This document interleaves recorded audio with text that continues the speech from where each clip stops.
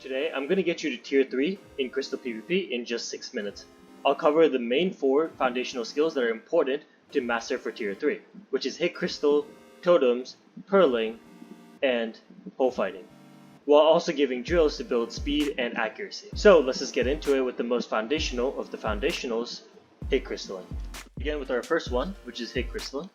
Now the process for Hit Crystalling is relatively simple. All you're doing is hitting, placing obsidian, and then a crystal on top of it and exploding it, which looks a little something like this. But to truly figure out what it does and how good it is, I need to show you how it works. So as you can see, I'm in full netherite right now, and let me get myself into survival real quick to explain how Hit Crystalling actually works. So pretty much when you're standing on the same level as a crystal like this, it's going to deal more damage than if you were to stand below it like this. So let me show you real quick. Just pay attention to the hearts over here.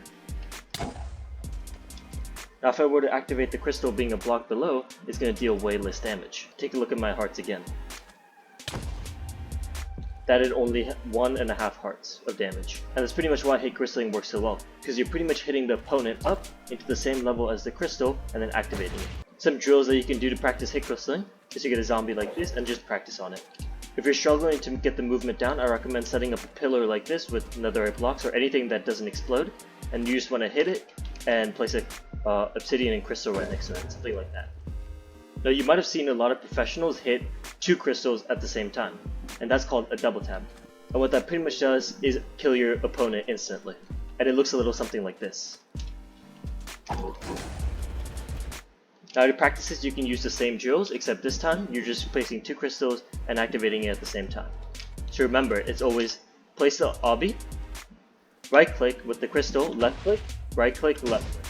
It's always that general movement every single time. And as you get more comfortable with Hit Crystalling on those 2 things, both the zombie and the pillar, you can start increasing the speed to get faster and faster. After those drills, you should be feeling really comfortable about Hit Crystalling and D-tapping, but you still need to stay alive in fights to actually learn, which is where Toteming comes in. Now Toteming is one of the most important things that you can do while playing Crystal PvP, as it's going to keep you alive 99% of the time.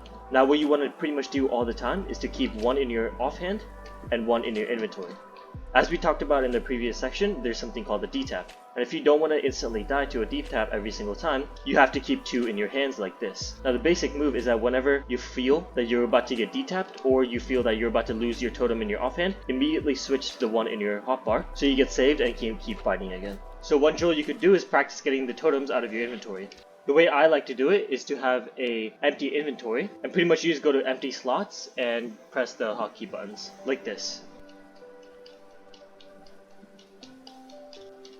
Once you've learned toteming very well, you're practically unkillable in any situation.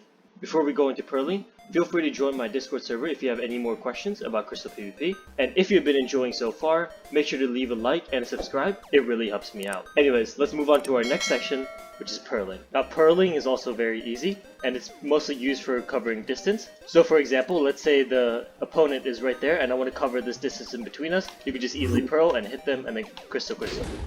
Now pearls allow you to be extremely quick, so most pro players use them for short distances as well. Now you might have heard of pearl flashing, which is when you constantly pearl down or pearl away, and for those of you who don't know, when you pearl there's a 0.2 second invincibility right after the pearl lands. So to abuse that, most players will pearl down constantly, making them pretty much invincible. However, try to stay away from this if you're trying to build foundation, and only go into it if your gameplay calls for it. Remember, pearling is going to be mostly based on how your gameplay. So if you're an aggro player, then you're going to mostly pearl towards the enemy, and if you're a defensive player, then you're going to mostly use the pearls to pearl away from the enemy.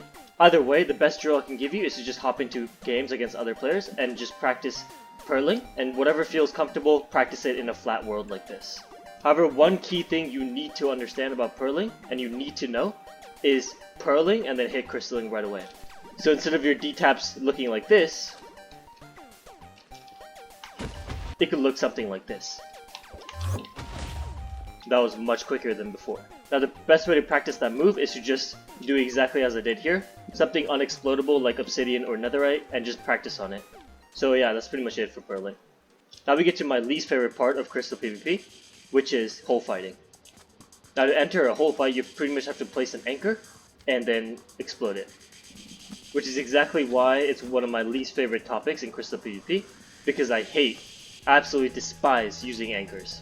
But regardless, for most players, you will need anchors to reach tier 3. Now for hole fighting, there's 2 rules that you always have to follow. And the first one is that after the anchor explodes, you always try to pearl to the bottom. So something like this.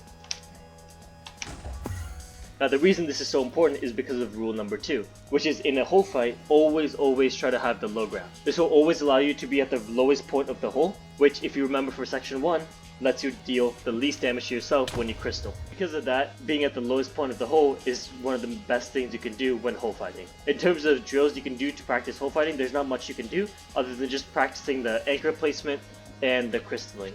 Now the best way to do that is to just do it on the zombie with the 2 totems and just try to build accuracy and speed while you're doing it. So yeah, that's pretty much it. Once you're both accurate and quick in all 4 of these categories, I believe that you're good enough to be tier 3 in Crystal PvP. However, the best tip I can give to you is to always focus on accuracy first, then build speed over time, as this is the best way to improve in the future.